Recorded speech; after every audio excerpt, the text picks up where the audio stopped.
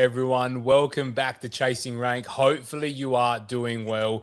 It is another Tuesday night. It is another podcast, and we are here to help you through all the nooks and crannies within FPL. Joining me this week, as you can see on screen, is Damo. How you going, mate? Not too bad, mate. Not too bad. It was a decent week at FPL, and it was a couple big moves, and hopefully continues that way. But doing all right, mate. Doing all right. How about yourself? Yep. We've got two top 100K managers at the moment in the team, which is always nice. And we won't talk about where Dom's at with his rank and all the rest of it. So speaking of that, we're going to get straight in to Fallers and Ballers because we kind of waffle a little bit. And then I realized too late that it's like 55 minutes in and we haven't answered any questions. So I do want to get to people's questions tonight. With it being us two, and there is a lot to cover. So if you are here in the chat, make sure you do hit a like on the stream to help push us out as always. But let's start off. So technically, Dom and I both finished third, or you're going to call it equal second. So let's go through Dom's first because I don't really want to talk through his team too much. Yep. I'm going to say his main baller in this team is Malik Chow with a 9-pointer. He single-handedly took away a head-to-head matchup for me because that 9-pointer killed my defense. But I'm sure Dom would be very disappointed that he didn't get the 15-pointer from Dorgu sitting on his bench against Man City. But it's one of those ones where if you had a Man United asset and you benched them and they returned, if you had a defender or if you had Cunha or you had Bruno Fernandes, or you probably would have started Bruno Fernandes, but I feel like you can kind of be justified in not starting your United assets. I think we all benched the United asset this week. Me and you both benched Dallo and Dom benched Dorgu. So a little bit disappointing, but I'm going to go Dom's main baller because I think his only two returns here, if I'm looking right, is Raya and Chow. He was very close to a big return from Senesi, albeit a late equaliser from Brighton this morning. But Senesi went and got DC comfortably once again, got 13, and has a clean sheet wiped, which would have put Dom into second, but that is his side. We'll bring up my side. Jackie, hopefully you're doing well. My team, a little bit easier to probably pick. Again, burnt by the benching of Tarkowski. I thought away to Villa. I thought Villa were definitely going to score in that one. Villa are a bit all over the place at the moment when it comes to some random results. Like they had that 11 games unbeaten, and then it's kind of fallen off since that Arsenal loss, hasn't it, Damo? I think we've sort of seen that drop off in Villa. So 8 points on my bench hurts when I played Adarete at home to Palace. Again, Sunderland looked good defensively. They did concede not Palace, Tottenham. But then they go and win 2-1 over. Oh, sorry, it was Palace. What am I thinking? Tottenham. But they did concede, and Sunderland still look good at home. So I don't hate that move playing Adarete over Tarkowski because I played the home fixture there, and I think I sort of I had probably arguably the better fixture, Palace as well, who the attack haven't looked great, and all this stuff with Glasner that's come out over the weekend has only thickened that pot, and Palace really all over the place. And again, I was never going to play Dallo, so it hurts having an 8 and a 5-pointer sitting on the bench. So ballers for me, I only had 3 returners as well. So Raya, Timber, Enzo. Enzo came in for Cunha, and I thought I was a genius. And Damo and I spoke about that earlier in the week. Saw that Cunha was benched. I went to bed thinking, beautiful.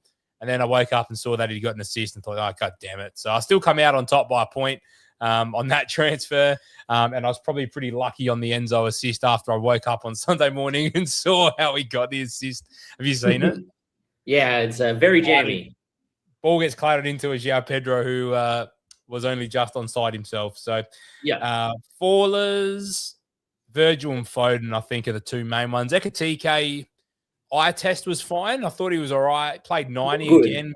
Nice. I thought he did look good. And it was another day, he gets an assist of the actual assist. It kind of fell and it rebounded and, it ends up so then getting passed again to Wirtz, who we'll talk to on your team. Bruno G had a chance right at the end to win it as well for Newcastle. So had he converted that, it would have kept the run going of attacking returns from Bruno G. But I think mainly Foden and Virgil are my two that I'm really getting annoyed at. And Foden more so because, getting hooked at halftime and some interesting comments from Guardiola, but I just think this is a bit of a build-up of minutes and not having a race. I agree. Similar to O'Reilly. You know, I don't think there's much to look into it, and maybe it actually explains a little bit about Foden's drop-off. So that's my side at the moment. We'll get into transfer plans a little bit later. Damo smashed it this week with a 49. Talk us through it. Yeah, look, nice to get a green arrow and get back inside the top 100K. I've been saying for the last few weeks about minimizing the damage before I can start making some transfers. You know, we obviously made 2 transfers this week, which was Mukiele and Thiago, which gives me a much better structure moving forward of players that I'm happy with. Nice to get Mukiele, obviously, go and get a 6-pointer with an assist as well. So nice to immediately be up on that. And look, Thiago blanks, but I know I'm in a much better spot than having Baltamare, who again blanked as well. But at least Thiago's going to be starting, playing, and likely returning in the future. So to get a green arrow and to get back inside the top 100K whilst I have no free transfers, I've got 1 this week, rolling the 2 the next week, using all 2, then using another 1, and being in a spot where I'm constantly having 0 frees and just like in a spot where hits could happen if needs be. It's nice to get your green arrows and be inside the top 100K, because once I get my structure settled, I can start rolling, get the wild card, triple captain sort of stuff. It'd be nice to be inside the top 100K. So nice that we got there. In terms of the team itself, obviously, we'll start with Fallers first. I think you touched on Foden quite well. He was someone that maybe if you asked me 2-3 weeks ago, I wasn't going to sell. But especially with the emergence of Wirtz's form, I've been screaming about Wirtz for about the past month, how good he's looked over the last month. He seems to be settled. And I'll touch on him in the bowlers section. Definitely have made the decision that Foden will be my full guy for Bruno Fernandes in the next game week. Again, I think Guardiola's comments kind of hit the nail on the head, and it seems like we're at that stage where Foden's probably going to get a couple of benchings again. He has his peaks and troughs, he has his starts, and we're currently in a trough now. Other faller here is definitely going to be Morgan Rogers. They have some great fixtures, Villa. They've looked so good. I can't be too harsh on the guy because he sparked a big green arrow a few weeks ago for me. But again, I want more, and it'd be nice to see. And obviously, Virgil van Dijk, I've mentioned it about 1 million times. But we're just holding on for Burnley. Finds a way to get out of find a way to just not get points. And we should have been up and by miles in this game, but did absolutely nothing in that one. Cannot wait to sell him in game week 25. I just don't see unless you're going for Frimpong for Liverpool defense is not somewhere I would touch it at the moment. Yeah, I'm definitely moving away. I just can't do it till game week 25, which is a shame. But that's the reason I'm getting off this week. Yeah, that is the reason why I'm getting off.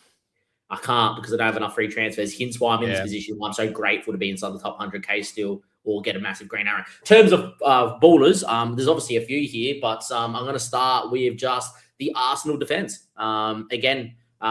People having trouble what to do with Saka. Declan Rice, yes, I think he's, I've been not on him this whole season and whatever I've just said. He's been a good asset because he's been high scoring, right? So I can't refute that. But I just feel like the consistency of the Arsenal defense throughout this season has shone through. And it's nice yet again, while I'm still tripled up on Arsenal defense, to get the clean sheets at the back there. And that's a big amount of my points and why I had a good one. Mukiele coming in and getting an assist is obviously fantastic as well. Obviously the main baller of the week is definitely Florian Wirtz. And the main reason for that is he's just been looking sensational the last month. His interchange play has been great. When some Boslar's peeled wide of him and he's come through the middle, he's looked good. Him and Ekatike look like they link up very well. And it just was starting to see the reasons why we paid over 100 mil. Not saying he's there at that level yet, like he is for Germany, but we're seeing a lot more. He's a class above. Yeah. And with our good fixtures moving forward, I expect Liverpool to score goals. And I expect Florian to be part of that. So I'm really glad I picked up on him when he was like very low ownership. He still is fairly low ownership as well. I think we're about something like 15% now. Look at that run, last 5. Yeah, correct. And I've had him before then as well, and plan to hold him. And then you get, look at this, you got 5, 8, 10, 3, 10, 3, 10. Yeah, which is not too bad. And I'm going to hold him through because I think he's fixture proof. I think he's going to start for us. Obviously then we get Sunderland and then we get Forest and West Ham and Wolves probably Spurs, and I'll be wild carding in and around there. So, yeah. I reckon you keep him beyond that because our run home's actually quite nice from sort of 20, 26 onwards. I wouldn't mind having him. Yeah, correct. I think he's someone that I targeted a fair way out. I didn't expect like Walter Marte to really drop off like he has, and all these Yeah. other issues. And I was pretty confident Virgil would be pretty good. And then the whole point was to have Virgil and work to just keep holding him through to the end of the season. I'm obviously have to pivot off that, plus the other spot fires in my team, which means that transfers are coming. Nice to have Wirtz already, and I don't have to worry about getting him in. For me, it's all about getting to that wild card week, whichever one I choose. And hopefully I can get there with a few free transfers, get the team in a good spot. So then we can really attack the last like 8 game weeks or so and see if we can finish inside that top 50K yet again. Beautiful. So that's where we'll leave it on game week 22. We do have plenty to get into ahead of game week 23. We will talk a bit of, actually, we'll go into a little bit, a quick run over on the match center, as we always do. I don't want to analyze every single game. I just want to go through most fantasy relevant parts of these games. So if you are here, as Damo's got into the chat already, we've already hit 6 likes on the stream. So let's try and get that up into 10 as quick as possible if we could. We're sitting at 191 subs. And again, we're trying to hit 200 by game week 25. So if you are new here and you want to help us hit that goal, that would be absolutely fantastic. So Man United, Man City, we spoke about this. Lots of people would have benched points this week with Man United assets. Man United are going to be an interesting talking point. So what I will bring up, because I have done some preparation. Now, is this going to share straight away? I don't think it is. It is going to share straight away. So this is the Man United pitch map, and it's an interesting shape if you look at it, because it doesn't quite resemble a 4-2-3-1 in the traditional sense. So typically we'd seen a lot of United playing with Brian Mbeumo as the highest and widest target in the 3-4-3. You can see Casemiro clearly is the anchor in this team when fit, because he is there just picking up off the back. As 2 Dallo owners, we couldn't foresee Amarin getting the chop. But this probably hurts Dallo more from a creative perspective, but having the Mainu Casemiro double pivot might actually help make their defense a little bit more solid, especially if Martinez and Harry Maguire can stay fit, especially with De Ligt coming back as well. What are your thoughts around their setup and what it means for our fantasy teams, Damo? Yeah, look, I think straight off the bat, setup-wise, it seems more of a system and a personnel that I expect United should have been with previously. Obviously, different ownership, different philosophy. I feel like we have now a situation where United are under a manager, even though it's interim, that really suits them. I personally think they should actually just keep him long-term. Now, that's not a knee-jerk reaction to United and beating City. I just think it suits what United need. They need a rebuild. They've got someone that's been at the club before. Go do what you need to do. Bit of Ollie 2.0. Yeah, just give him another year, because this system, you can see why it would work, and their whole squad can play it. Now, in terms of what this means for fantasy, is you touched on the lot, but he's going to be the more holding of the fullbacks. Now, it is Michael Carrick that is in charge there, right? As interim. Yeah. That is correct. Yeah. Traditionally, right, he's always had one fullback hold and one fullback be the runner and get in behind and beyond. And for him, that's traditionally, when he's taken over United and previous roles, the left back. And as you can see here, that means if Dalot plays right back, which he'll predominantly play in this system, he's going to be holding like a Wan-Bissaka kind of used to do back in the day. So I don't think Diogo Dalot is your pick for United defender if you're going there, which, there is scope. It was pretty close to DC, though, I think, from memory. Yeah, I think he got 9 off the top of my head, or 8. Yeah. Anyhow, that means that you're looking at the left-hand side. Now, is that Dorgu? Is it sure? That depends. And this is where you need to look at the United squad. Kun, you can play left. Sesko at any point is going to be able to... Pardon? 8. 8, yeah. On the left-hand side at left wing, yes, we would love to all have Dorgu and own Dorgu if he's playing left wing full-time. We don't know if he will be, because we got Cunha that needs to start. He can play left wing. Got Mbeumo, who is he going to play 9 every game? And Sesko comes back into the team. He can go out wide. Diallo can play the other wing as well. So I don't know if we know that Dorgu's going to be the starting left winger. But what I will say, and what I would imagine, is that if he doesn't start left wing Dorgu, he will start left back and be that runner that Luke Shaw was on the weekend. So I think if you're looking for a defender, Dorgu is the clear, obvious pick under new management. I think what it also means for our fantasy teams is someone like Mbeumo is very nailed. because he can play 9 and be a bit more creative, or he can play wide right. And I mentioned this last stream, if everyone remembers, that he still be able to be high wide and be that most further forward player. Look how far forward Diallo is in that. Imagine if that's in Buemo. Fantastic. And I think the last thing you need to talk about, Paul, is look at the pivot and how it releases Bruno Fernandes. Yep, massively. And he's going to be so creative in those areas. He's going to be sliding wingers in. He's going to be interchanging with Sesko or Mbeumo, whoever's in the 9. He's going to be getting on the end of things. Did he get another assist? Yeah, he did. He got the assist for the Mbeumo goal. So I think Bruno's a must-have from next week. You know, I expect United to play in a similar way this week against Arsenal. They're going to sit in. They're going to try and hit him on the break. The only one I'll launch into is Bruno for Fulham, because regardless of how they're going to play, he's going to be the pivotal man. I would like to see a couple fixtures of United being the team who's not, expected to lose, and see what it looks like. Like the team sit in and say to United, have you got the quality to break us down?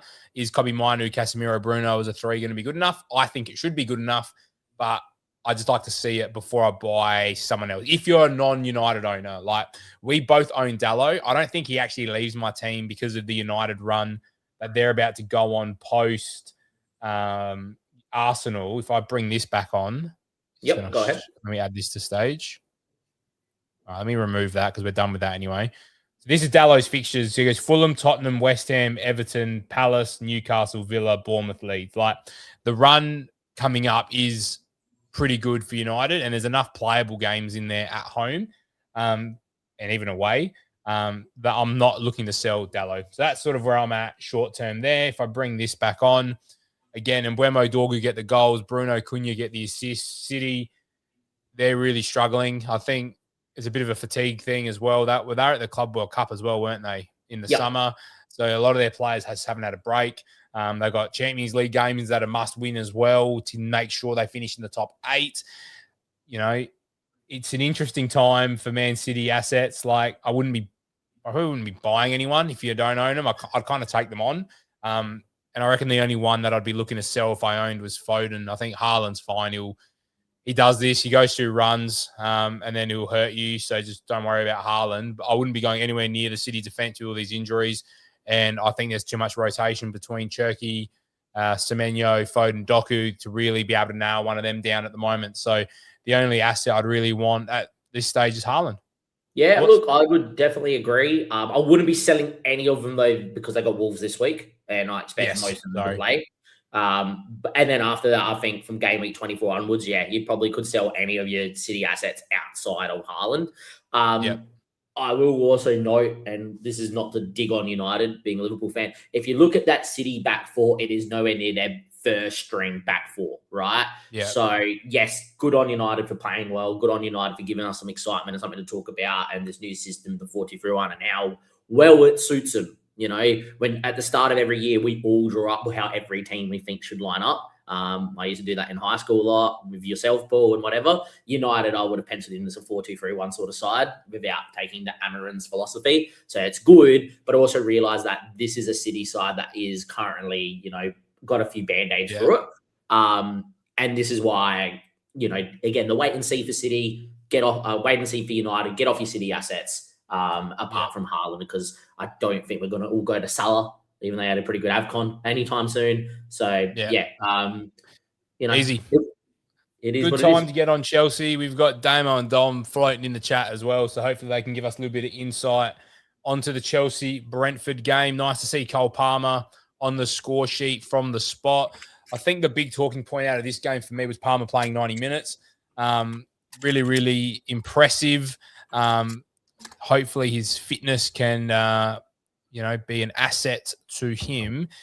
Now, there is another image I want to bring up. We had another team with a new manager. We had Liam Rossinia. And Chelsea, again, similar to United, it's the positioning of the wingers for me in this shape. So Palmer was listed as the 10. Enzo Fernandez listed as the 8, João Pedro listed as the 9, and you can see they are practically in a line. And the wingers were really high and wide. So, Pedro Neto and Garnacho both don't get returns in this game, but Garnacho had got the return the two returns in the Cup semi-final. But what I like here is most progressive passing, most progressive passes received, and most creative, most centrality, Enzo Fernandez. So even though it was a deeper role on paper, he was amongst everything. And we mentioned it before, the assist was a very fortunate assist, but sometimes you've got to be in the right place at the right time. And when you're the most central player in the system, sometimes stuff like that falls your way. So I'm by no means annoyed of my bringing in of Enzo Fernandez. I think he's going to be a fantastic hold over this run of fixtures where Chelsea will be a team that are going to be in the ascendancy in a lot of these games. And you can see Reece James is not in that typical right wing back area. He's a little bit more central there with Caicedo, creating a bit more of really it's a back two, because I expect Chelsea to dominate this game. But, Cucurella's also not really bombing on either. So I think Enzo's going to have the license to kind of shuttle up and back. Again, we don't really know long-term who the nine's going to be. If it's João Pedro, I expect it to look like this a little bit more. If it's Liam Delap, I expect Delap to kind of be a bit closer towards the box, and then it's a bit more of Palmer's responsibility to maybe link up play, but maybe Rossini is going to go with João Pedro and a bit more of a false nine. So just interesting, to look at that and just see what he's doing. But let's remove this and let's get back here. And I don't think there's heaps to talk about. Like Chelsea at home, you'd expect them to win. Thiago owners, it's one of those games you just write it off. Chelsea away, you can't be too mad at a 7 million asset not returning every single week. Brentford defense, we've spoken about how good they are at home. We know that they're going to struggle away. But I think Kelleher, their fixtures suck, Brentford's. I was looking at goalkeepers to bring in to change my Arsenal assets around, and Kelleher at 4.5 is tempting, and he has a good run back end of the season. So he could be the goalkeeper I look at on my wild card, because they have a good run home, but their fixtures short term are poor. I think Chelsea, we'll talk about them a little bit later on, because I think there's a lot of plans for Palmers and Chalobahs and Sanchez's. But early thoughts on Chelsea, Damo, ahead of this nice run? Look, I think first things first, the system looked good. And you can see it clearly on one side. They want to create a lot of short passing chains and a lot of congestion in there for all their players link up. You saw it with Pedro Neto, Palmer dropping a bit more inside from the right wing, Reece James coming inside, or having the option to stay on the outside but link up too, and help Caicedo obviously in that midfield too. What it means is on the other side, and why Enzo can stay so central, is because he's got the space just to go, because everyone else is on the right hand side. What I will say, and it's not to be a downer, and I think Palmer's a fantastic player and a fantastic asset, historically, is he looked pretty uncomfortable in this game, I would say, physically. And there is a lot of images of him on the bench with a heap of strapping on his groin, looking in immense pain. I think he's playing for a lot of pain at the moment.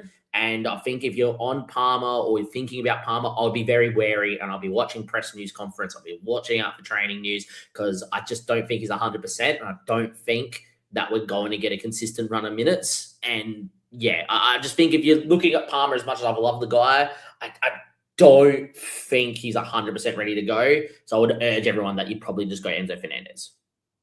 Yeah, look, I'm looking at a double up. So, hopefully he can get a period of games where they can rest him a little bit and just keep trying to manage him and hopefully get him through, because he's still going to return. He's still too good. He's got too many routes to points. So just one to keep an eye on. Leeds Fulham, great last-minute winner here for Nemeka, right at the death, and it kind of wiped a lot of Anderson points off, because Anderson was one DC away, I think he was in the end. He was. He was on, on for a clean sheet. I think he was on for bonus as well.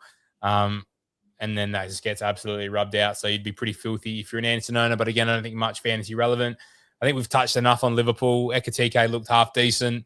Vert's looking very good. Would not go near our defense. And Burnley, Dubravka, 5-pointer in a 1-1 tells you the story that we just couldn't convert, which has been the story of our season. So, look, I don't think there's much to go into here. Either Spurs, West Ham, good result for West Ham. Spurs at the moment, again, just not both two very non-relevant sides at the moment for me. I think Bowen at some point could be an asset, but I think West Ham just struggle too much personally. I agree. So I just wouldn't go there. Sunderland Palace. Palace is the most interesting watch. I mean, the goal was jammy as well. Have you seen this goal? Yes, I have. Palace? Yeah, that was so it's jammy very to wipe the from clean Aaron sheet. Martino.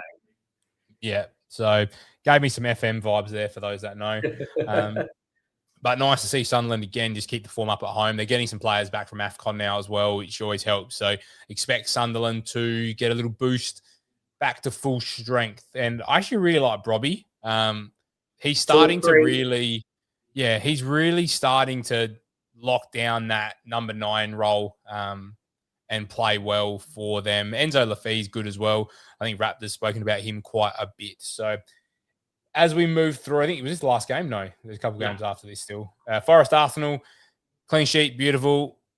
One of those games. Arsenal, it's actually interesting with Arsenal. Their attack's just not clicking. Like the Gyökeres, Madueke, Martinelli, Trossard, Saka. Like it feels like there's too many mouths to feed, and they're not getting consistency because Arteta makes the same subs every single game.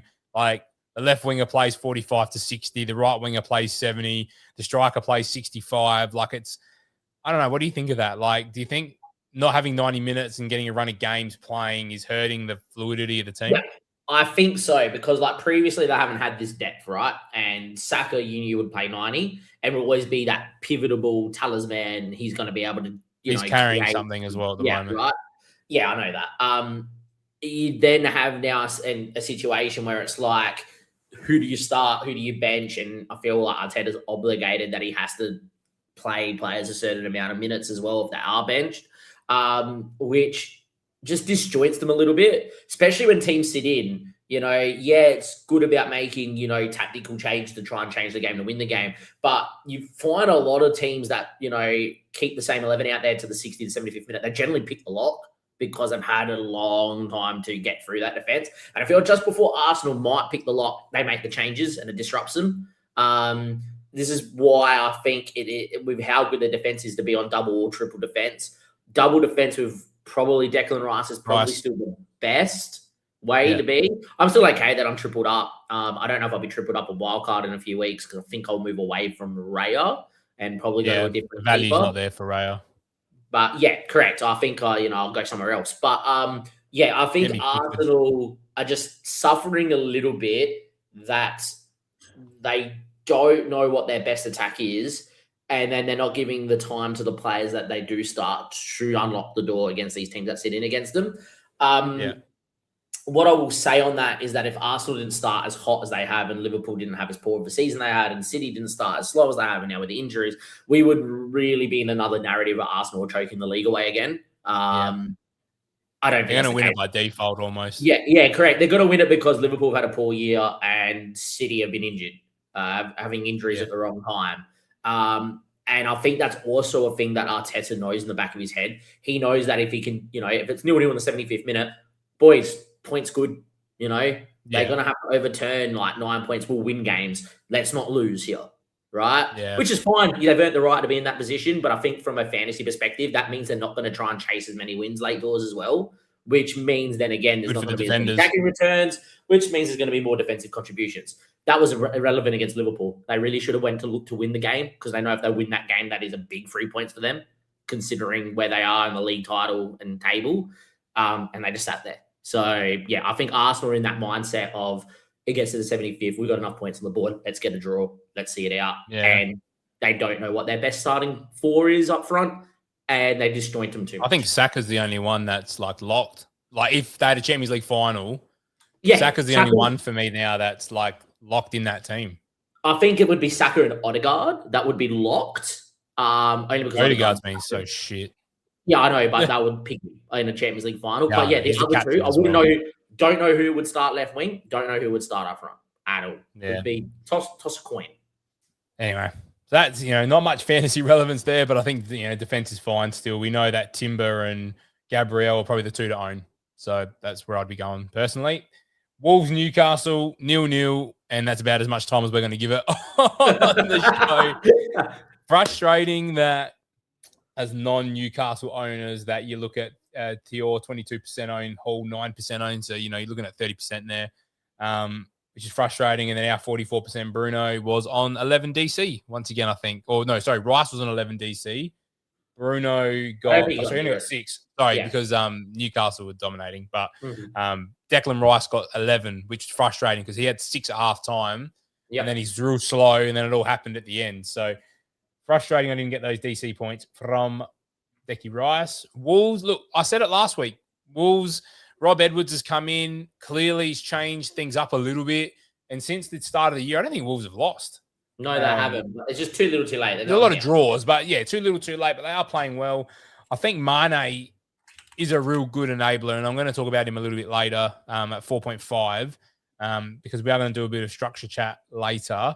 But he could be, him and Krupi right now are looking very good for enabling a 4-5-1 or a 5-4-1. So Everton Villa, I spoke about this before. Frustrating as all hell that Tarkowski goes and gets a DC and clean sheet. I knew we would have got DC in this game, but frustrating that they win 1-0 away, and I bench those points once again. So I'm almost putting a rule of thumb now that if I have Tarkowski in my squad, he does not sit on my bench because pretty much Everton do this. Come the second half of the season, they just lock in, especially away. I actually think Everton's one of those teams that away from home, I should be playing Tarkowski more than at home. I think away, they are kind of more obliged to sit in and do exactly what they did against Aston Villa, where at home, I think they're a little bit more obliged to go after the game and win at home in front of their own fans. So I think Tarkowski away from home are more likely to start him, even though like Hub and other platforms will say it's not optimal. I think for Everton, it is optimal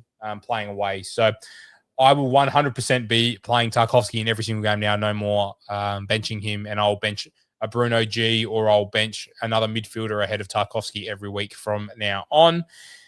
I don't think there's much to talk about Aston Villa. I think they're struggling. They need signings. Donny Marlin's left as well. Sounds like Tammy Abraham's coming back in, but I don't think he is quite the same player he once was. So he sounds like he had a knee. He's come back off an ACL injury as well. So I wouldn't expect much for Tammy. And it might actually mean that Watkins is a bit more nailed in that number 9 role with Marlon gone. And if it's Tammy Abraham, I can't see him taking over. Any thoughts there, Dame? Look, it depends on how fit Tammy is, because I think once fit, he's an outstanding number 9. Did very well over in the Serie A. I agree to the extent that I think Villa are struggling at the moment, but if they get everyone fit, firing, ready to go, this is a team that's third. This is a team that's only 7 points of Arsenal. I think there's a lot of quality here. I also think their fixtures are really good moving forward to the end of the season, game week 38. Now, I'm not making this call, and no, I'm not saying this, but is there a world that Villa click and Villa win a large percentage of their games and Villa go and win the title this year? Yeah, I'd see that, right? And if that happens, we want to have at least 2 assets from this team. I think Rodgers is a nailed on one. Probably their 9 at some stage. Is that Tammy or Watkins? More than likely Watkins. I think nailing the right defender for Villa is huge. What I am looking at with their fixtures is Martinez as a goalkeeper is really good to have because he makes a lot of saves, so he gets save points. And when he keeps clean sheets, he generally is in and around for bonus. So I think as a goalkeeper, Martinez could be a good pick. It sounds crazy, maybe not right now, but if they turn the corner, they're only 7 points back. It's game week 23 incoming, and they have good fixtures. This is a team that's going to come down to the wire, be probably finishing top 4, and there's definitely a world that they're in the title race come the last 5 weeks of this season. So, yeah, I think... They almost just need to get knocked out of Europe for me to want to go there, I think. Correct. I think so too. And I don't think that Emery will want to. I think Emery will want European glory. But what that may allow us to see is he might go and field certain players in certain competitions. And then we can pick on the players that are playing in the Prem. That's fair. Could be good. And last but not least, Bournemouth-Brighton. Everyone that brought in Tavernier this week gets the penalty. Look, that's what you own him for. But I think he picked up an injury. He came off injured. I think he picked up a knock. Yeah, I don't know how serious it is. Oh, is it a knock? All right. I think it's a knock. He's someone. All right, because he's someone who has a bad injury history.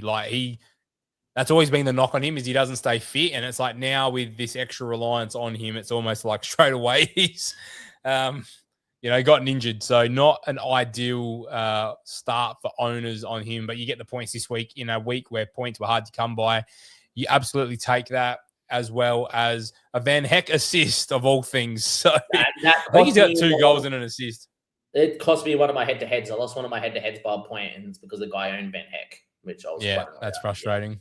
Krupi, 70 minutes. Again, I don't expect him to play 90 minutes all the time. He was in a role that was very off the bench, sparing minutes, and they've sort of thrown him into the starting 11 now with Semenyo gone. So he's going to kind of be that first, player taken off in the front four. So never start Krupi expecting 90.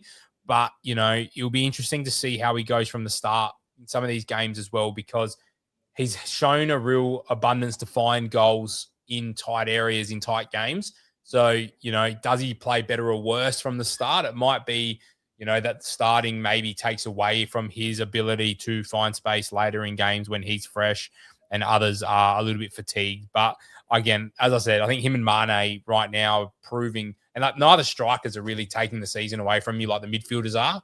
So I think him and Mane could be the play. So let's get into the points predictor, like we always do, and have a look at what Hub's saying over the next sort of 7 game weeks, who to get on. Haaland, Bruno, and this is where it's interesting. I think it's the third. Oh, I'm not sharing the right tab. It's Haaland, Bruno, Gabriel, top 3, which is really interesting that Saka has finally come out of the top 3 out of the projections because of his minutes, I'm going to assume. So I guess from next week, Bruno Fernandes, I feel like, is a huge must own. I think you can watch it this week against Arsenal. You probably could own him against Arsenal. I would, but I'd wait one more week. Oh yeah, look, if you can do it, but if you're someone that is really tight on funds and like someone's going to drop in price, to make it happen. And Bruno, like people that own Szoboszlai and want to go Szoboszlai to Bruno, and you have like perfect funds. Szoboszlai is about to go down, right? Because he missed a penalty on the weekend. So do it before Arsenal, right? However, if you can afford to wait, like me and you can, Paul, because we got money in the bank, plan for this and going from Foden to Bruno, then there's no reason to bring him before their literal hardest fixture of the season. Now, can United score? Yeah. If United score, who's the most likely guy to be involved? Bruno Fernandes. I get that narrative, but you can wait the week and then get him for some real good fixtures. Great fixture run there. Yeah, I don't think it's really smart decision-making to bring him in before their hardest fixture. Yeah, I agree. Gabriel, look, he's the best Arsenal asset to own. I think we don't need to talk too much about Gabriel. Just get Looks him fit. Best for DC as well in that back four. Thiago, if you're going to go to a system that's 2 strikers, I still think at 7.2, he's still probably the best, if I'm honest. As an Ekitike owner, that move has sort of hurt me. I went from Voltemata to Ekitike, which on paper made the most sense. I'm not annoyed at that, decision, but that one hurt me a lot. And had I got that one right, I could have absolutely catapulted big time in the ranks with those couple hat tricks, because he would have been starting for me guaranteed. But that's, just how the cookie crumbles sometimes in FPL, and I can't go chasing those points. And would I be buying Thiago right now? No. Would I be looking at him on game week 28? 100%. Like wild card, 28 when you're going Burnley, Bournemouth, Wolves. If you're wild carding in and around those areas, I think he's a great option to make a 3-5-2, 4-4-2 type structure work, which is something I'm considering around that time. Then it is Ekitike, who is in my team, and he's kind of going to be in my team until I restructure. I personally wouldn't go out and buy him, I don't think. I don't love the Liverpool assets right now, and I think you can kind of wait till 28 and then get the last 10 game weeks when our fixtures look really good, and see where the cookie crumbles. And, I think Liverpool assets are going to be wildcard targets, but not right now. And I wouldn't even go defenders at that point. It'd just be Wirtz and probably Ekitike, because I doubt they're going to rush Isak back. Nah, not without season how it's going. I'd rather just give him a preseason next season and really go after it then, I think. So we'll see where we're lining up. Any thoughts on those guys before we move on? Yeah, so look, I think a couple of things. If you have Thiago, it's an easy hold. I wouldn't go out your way to sell. But if you're someone that needs the wild card earlier, like, there's a lot of people that are wild carding in game week 24 for the fixture swings, right, and stuff like that. I actually think your best structure then is going to be a 4-5-1, 5-4-1 structure with Mane and Krupi. because if you find a good game week for both Bulls and Bournemouth, and they're going to start, it's a good week to bench boost as well, and doubles and all that. So you're getting two playing assets at 4.5, and Group is playing for a pretty decent side in Bournemouth. Do I think that is necessary? Like, that is the meta? No, and I'll say why. Who out of the midfielders outside of Bruno Fernandes, that is a real expensive midfielder that you really want to own right now? There's no one. You're not going to Saka with how he's been playing. Palmer has an injury cloud. You could go there, right? But that's only two. It's not like you're trying to get the Salah. It's not like you're trying to have a Haaland Salah draft, because that's long gone now. So I still think there's going to be an abundance of money left over, which allows you to play with a more pricier striker. And I think, Thiago, Ekitike are going to be your best bets in that. I also think it'd be interesting to see if Watkins becomes nailed, and with Villa's good fixtures coming up. But yeah, I think if you're going this week on a wild card or something, I wouldn't be looking at either. But if you're someone that has them both and you're going to hold and you're wild carding like 28, 29, 30, as much as I like the 4-5-1, 5-4-1 because what the 4.5 mil strikers offer, I just think that it's not like you're having four expensive midfielders. So thus meaning that your need to have two enabling strikers, you're probably going to put some money into that second striker spot, and these two are the best. See, where I like the money being spent is across three really high-priced defenders and a good goalkeeper. Yeah, look, I agree. This is why I've looked at 5-4-1, 4-5-1, because like owning Pickford at the back, owning Gabriel, owning owning Tarkovsky, Tark. You could also go and I wouldn't go there. Yeah, it depends on who's got good fixtures at the time, right? If we were doing it this week and you go to 4-5-1, 5-4-1, I would punt on Cucurella with the fixtures they have, right? Yeah. And he's expensive. And then couple that with Bruno, couple that with, another expensive midfielder. Rice. Yeah. Palmer.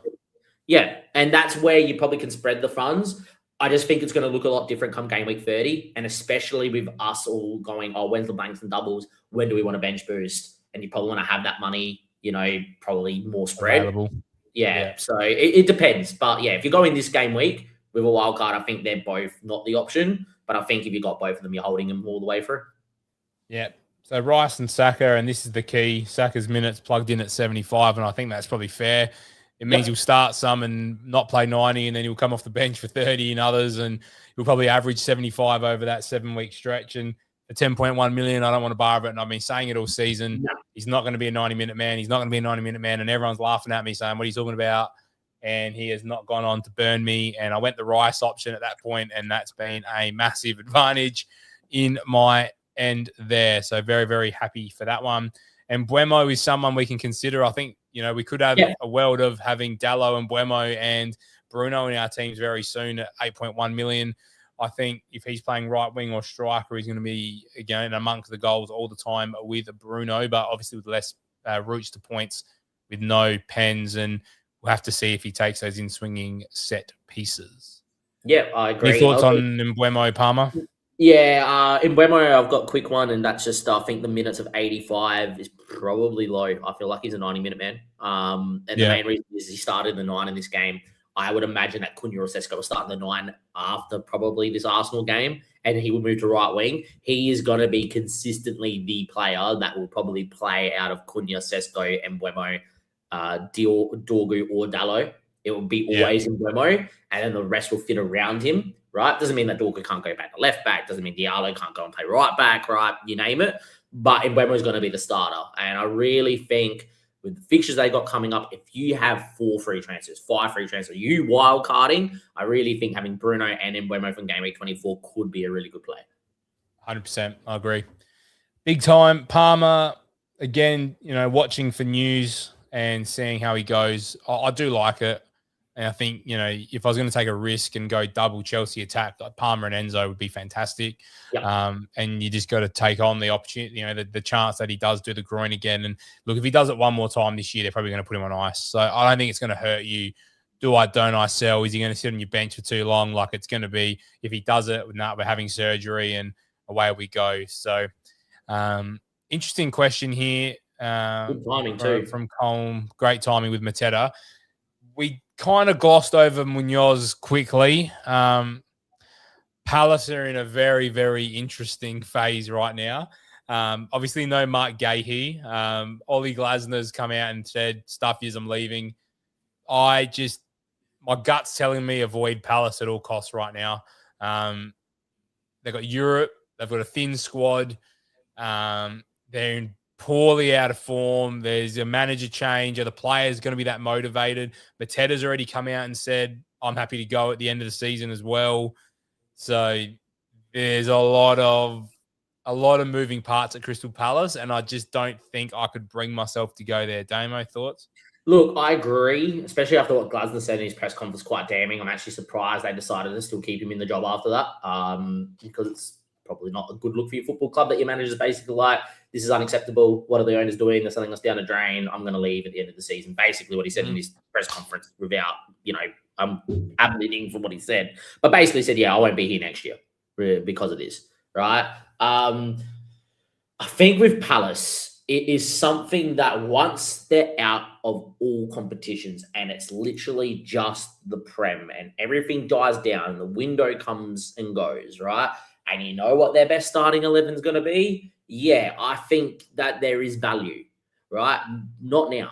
Maybe game week 26, 27 is a 2-week punt before you wild card or free hit, right? Yeah. Is maybe something to get Burnley Wolves, right? This is where Minoz will probably be nailed, right? And will be very good coming back from injury, right? But like Mateta, who's on screen, probably the only 2 game weeks I would look to own him for if you're going to punt. I'm someone that owned Thiago, and in that game week, those 2 game weeks, I think it's 2 more difficult games. I'll scroll up if you want. So I've got it here, don't stress. Yeah, it's 26, Arsenal, 27. Brighton. Yeah, which, look, it avoids Arsenal and you get Burnley, and then you would hold Brighton for Wolves, and then 28's like a not bad either free hit week or it's not a bad, depending on blanks. So it's not a bad wild card week as well. Like last year, I wild carded 28, free hit 29 for the blanks, and then playing for a bench boost on like 31 for the doubles, something like that. So yeah, again, when those fall in, it could be that you go to a couple Palace assets for those 2 game weeks if you got the free transfers. But I don't think it's, what do we think? Not a necessity now. I don't think you can go there. It's not the Palace that was the start of the year. This is a very disjointed football club, which is unlike Crystal Palace. I hope they sorted out because I quite love Palace. I'm quite watching them at their pop. But it looks like their soul's just been ripped out of that football club. Yeah. And yeah, I would be avoiding them apart from those 2 game weeks because they're just so good. And I think the players clearly love Glasner as well. So, I think a lot of them are going to jump ship too. So, Palace is going to be a very interesting spot, and it's going to be an interesting job for someone to take. And look, Glasner's contract is up at the end of the season anyway. So, regardless, he's gone. So, whether they sack him or they stick it out with him for 6 months, he's gone. So, just wait and see. Semenyo, I'm going to give him Wolves and maybe Tottenham because he can't play the Champions League games yet. So I think he will be locked in on the right wing for the next couple of weeks. And they'll kind of rotate him out clearly in the Champions League. So I'm actually quite happy owning Semenyo. And if I'm going to sell him or Foden first, it's probably Foden because of the money. Also, chat, get your questions in now because we're pretty much going to wrap up pretty soon on the projections and we'll get into your questions. And Damo and I will talk about our teams going into 23. Timber, we love. Foden post Wolves, I'd be selling, and it's interesting. His minutes are at 56 this week, but I'm going to take that on. I think even if he does get 65 minutes against Wolves, he could score 2 goals and come off. He did his job. I had him on the free hit. I brought him in for 2 of those big hauls as well. I think I only missed 1 of those 4, so I'm fine with Foden. Ahmad's interesting. Damo and I've spoken a lot about United. If he does have a spot in this side long term, that is his. He will be a great asset, especially as he's a midfielder. I always think he's a defender on the game. Yeah, I wish he was. It would be fair. It would be in everyone's team. It's like what Dorgu could be. If he becomes nailed at left wing, which I personally don't think so because they have to get Cunha, Mbeumo, Diallo, Bruno, Sesko. Yeah, there's too many names. Too many people, right? Too many moving parts. But yeah, Diallo would be interesting if he's nailed as the right wing because of how high he is. I actually think there's more of a world where Dalot owners be wary that Ahmad goes back to right back, right? And then the left back becomes the one that sits. And that could be Dalot, that could be Luke Shaw. I think Dalot left back. I like that. Which could be good, right? But I'd see a world where Diallo could go back to that right wing back and be that runner, and the left back becomes the more central inverted sitting, which is it was the other way around for City. But I don't think Ahmad is an option because of that. What I really hope happens is that the fantasy guys see that he's played predominantly minutes at wing back this season, and he might play a few more games at right back, and he's a defender next year, and he'll be in everyone's team. Yeah. All right, chat. So get your questions in now. We've got 10 minutes or so of the stream left. Damo and I are going to go through our plan. So if you want to get your team on Hub Damo ready, I will talk through mine first because I've got it here. Before we do that, guys, make sure you get the subscriptions up. We want to try and get to 200 by 25, so all your help would be fantastic. And we are sitting at 11 likes on this stream, so if we could punch that through to 15, that would be brilliant. My side, I'm going to put the tab up, but I'm going to bring this comment up from Harry. So, boys, tell me the robot's not broken. If at 1.5 mil, I'm going to wildcard soon. Tempted to go without C3PO. I like it, Harry. Good wording. Look, if you're keeping him for Wolves, I don't hate it. Like, my issue is, what are you doing with that money? Like, how are you differentiating your team away from a 74%? You know, he's in 3/4 of teams. Like, it is a big, big gamble. Had you done the gamble now, you would be miles ahead because he's gone and blanked 4 of the last 5. Do I think he continues to blank? Spurs, Liverpool defense have both been shit. Fulham at home, they had a 5-4 game earlier this season, so God knows what's going to happen at the Etihad there. Newcastle at home, again, Newcastle are much better at St. James. Leeds away will be tough, and then Forest at home. That's a good run for City. But, again, how many games is Haaland going to play in this run as well? Like, he did come off against United. I don't expect him to play 90 every single game, but I do think he is going to be fine. And your next comment's actually an interesting one. The other options are crap. So why take it on if the options are crap? If Salah was, an option and Palmer was an option and Saka was an option and you could get those 3 in over a Haaland, then I'd do it. But they're not options either. So I just don't see where the money gets spent. So maybe you can differentiate by differential captains and at least cover your ass with Haaland. If he scores, you just got to pray that your captain matches or betters. If he starts scoring 2s and 3s, then you're in trouble. Thoughts, Damo, before we get into look, I don't think you can do it because the fixtures are so good, especially right before Wolves. Don't do it now, Harry. That would definitely be my personal recommendation. Do not sell right now. There's going to be people that triple captain him against Wolves, and there is a world where he might not even start because he did come off on the weekend. Who knows if it was injury related or not. I think that people that are wanting to move away from Haaland because of rank, and we're all at this time of the season with the chase rank. Too early. The biggest time to do that is the last few game weeks, right? At this stage of the season, it's not panic stations yet. You're 1.5 mil. The best way to chase your rank, and this is the name of the channel, is to pick the team that gets you the best amount of points. 9 times out of 10, the team that's going to get the most amount of points is going to be Haaland, and probably with a Haaland captain. So you need to make sure your options are elsewhere. Look, the funds is always good to have, but as you mentioned, Paul, a lot of the more expensive midfielder options aren't amazing as well. Hence why I don't think 4-5-1, 5-4-1 is the meta, but it is very viable. So I just think that you can't really go against Mr. Robot because he will flick a switch next minute. Thing is, you take him out of the team and everyone captains him against Wolves, for instance, and he scores 4, it's season over for you. I don't think you can go against the Robot because of that as well. So I've made 3 transfers. I haven't made them yet. I'm planning to potentially make 3 transfers. I'm waiting for Arsenal to play. Are they playing tonight, I think? I think they're playing tonight I think so. in the Champions League. So just making sure that Gabriel gets through that one or if he gets rested because Arsenal practically at home, top 2. So Ray has gone for me because I needed to free up the slot. So at this stage, it's going to be Sanchez coming in. Do I love it? Not particularly. He gets me to my wild card and then I can look to go elsewhere. And he actually rotates okay with Dubravka. there's only one game week where I don't like it. So at least I cover off the Chelsea defense short term and I can move it around later. Gabriel then comes in for Virgil, which I think is a no-brainer. And then the third move I'm potentially making this week is getting ahead of the game and bringing Mane in for Mark Guiu. But that's more to free up the Chelsea spot so that I can be flexible in getting rid of Mark Guiu. Now, whether that's for Chalobah or whether that's for Palmer, I don't know yet, or another asset, I don't know.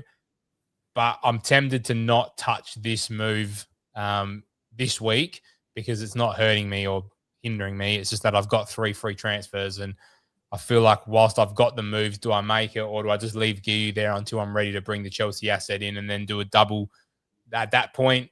Or do I potentially, because I don't want to miss this run of 4 with only 2 Chelsea, but it's like, do I need to have 3? Maybe not. So maybe do I just leave Mark Guiu and just leave Enzo and Sanchez? They're the things that I'm deliberating at the moment. The Palmer move worries me a little bit because it could come crashing down. What are your thoughts, Damo, before we get into yours? Look, I think the Palmer move, it can pay off dividends and it might really go pear-shaped, especially if he stops getting minutes with this injury. It depends a lot on what team news comes out and stuff and how ready he is, etc. There's a world where I go in Buemo instead and then I just leave Guiu. Yeah, correct. That's also a good play too. I think moving away from Guiu is something I've been tempted to do. And I think if you've got the free transfers, it's good because it allows you to get a third Chelsea asset if you know you're going to have 2. You don't even know if you're going to have 2 yet. So I would probably not do it until you know you are, right? Well, I will have 2 because Sanchez is coming in this week. Yeah, no joke. So I think Mane is probably just good. Get all 3 in now because are you really going to go get the next one the week after? Maybe. But your team has enough, Alderete, Mane, or Dalot are going to play 90. So, if you have an injury or a red card, you're going to be able to play one of the best fixtures that they have in the next couple game weeks. So I think making that move is pretty good because it allows you to start rolling. And you've got to remember, you can hold your free transfers for your wild cards and free hits now as well. So, there's a temptation to wild card as well, but I don't want to. I think it's a bit early still. I think it's my issue with making 3, Damo, I'll explain the thought process, is I want Fernandez next week, which means I miss Palmer or a Chelsea asset next week for West Ham. So then it's like 1 free transfer next week, Foden to Bruno. I have to make that next week, and I have to make it early next week because I can't afford for too much fluctuation in movement, which is why I was actually tempted to not go Sanchez and go lower, but I don't really like Verbruggen or Kelleher or Petrovic. So I think I'm just going to go Sanchez. And then I'd have to make that move straight after the weekend and go get Bruno before there's another price rise. So that's where I'm at. Yeah, look. And then I have to roll a little bit. Yeah. You're putting yourself in a situation I've been in for the last few weeks, which is not having more than 1 or 2 free transfers at any point, which does make it hard with flexibility. If you are worried about being priced out or, etc., maybe leaving the Mane Guiu move to next week and then just doing Foden to Bruno and Mane and Guiu next week. Yeah, I'm thinking that too. One, there's an injury, right? Or, God forbid, Foden gets a hat-trick and everyone goes and buys him before Spurs and his price flies up. And then at next minute, you get to ship him off after his price has gone up twice to get to Bruno. Yeah. I've never been a fan of using all 3, especially if that third transfer is not going to play. But I will say I understand if you're able to roll from then on. Because you want to get Bruno next week, I would say don't do it. And I would wait till next week and then maybe burn both free transfers next week when you know the team's set. The structure. Then you started rolling. Yeah. So then for Wolves, I can have triple Chelsea. Yeah. That's the thought. Yeah. Look, I understand. Yeah. I hear you. And that's what my team will be. So that the team that is on screen will be my starting 11 this week. Yeah. Regardless. So it will be Sanchez, Gabriel, Tarkowski, Timber, Foden, Rice, Semenyo, Bruno, Enzo, Ekatike, and Haaland. So I'm quite happy with that and no chips in play. Awesome. You want to load yours up? Yep, right there, mate. You should be able to see it now, which is good. Beautiful. There we go. I don't know if it's loaded or not because it was not showing me. Now, as it's loading, we got a question here. Thoughts on Neto? Now, I wish Dom was here to talk about this one because Dom's been on Neto, not on him, but Dom's spoken about him for probably the last 3 months, it feels like. Dom, as a Chelsea fan, really likes Pedro Neto as an option. I just think it's Enzo or Palmer. Neto's in that kind of weird price range where it's like he's 7-1 or 7-2, I think. I'd rather just go to Enzo personally, but I don't hate it. I think I'd rather have Sanchez, Chalobah, Palmer, Enzo ahead of Neto personally. Yeah, So I would that's just too. my I thoughts. think if you can't get to Palmer and with how Neto's playing and he looks quite nailed, I actually don't mind him as an option. I think he's a good differential. You saw it when everyone was on Enzo previously, game week like 8 to 16. Neto outscored him quite a fair bit. Now, there was a little bit of luck in that. A lot of the time, the ball kept falling to Neto instead of Enzo. They're in the same area. And Enzo put up some amazing data and didn't get any returns. I still think he's a viable option. And I feel like, especially in this run of fixtures, it's even viable to have free assets. Now, I can't have free assets because I don't have enough transfers and all that to do it. But it's very viable to have free assets from them because they're going to score goals and Neto's going to be starting and playing. So, yeah, I think he's a good asset. And I know why Dom's been hot on him. Just feel like Enzo is probably the better pick. Harry, Enzo's ownership's only 12%. He's not a highly owned asset. So I wouldn't be doing it to be different. I think, and it's Enzo with Neto. It's not Neto over Enzo. You're correct. I think doubling or tripling up is probably a good play for with Chelsea's fixtures. Chelsea over the next. Take us away. Yep. Anyhow, my team pretty standard for this week. I'm rolling. So I obviously used my only 2 free transfers last week. So I'm on 1 free transfer. I need 2 free transfers for next week for my plan moves. So I have to roll.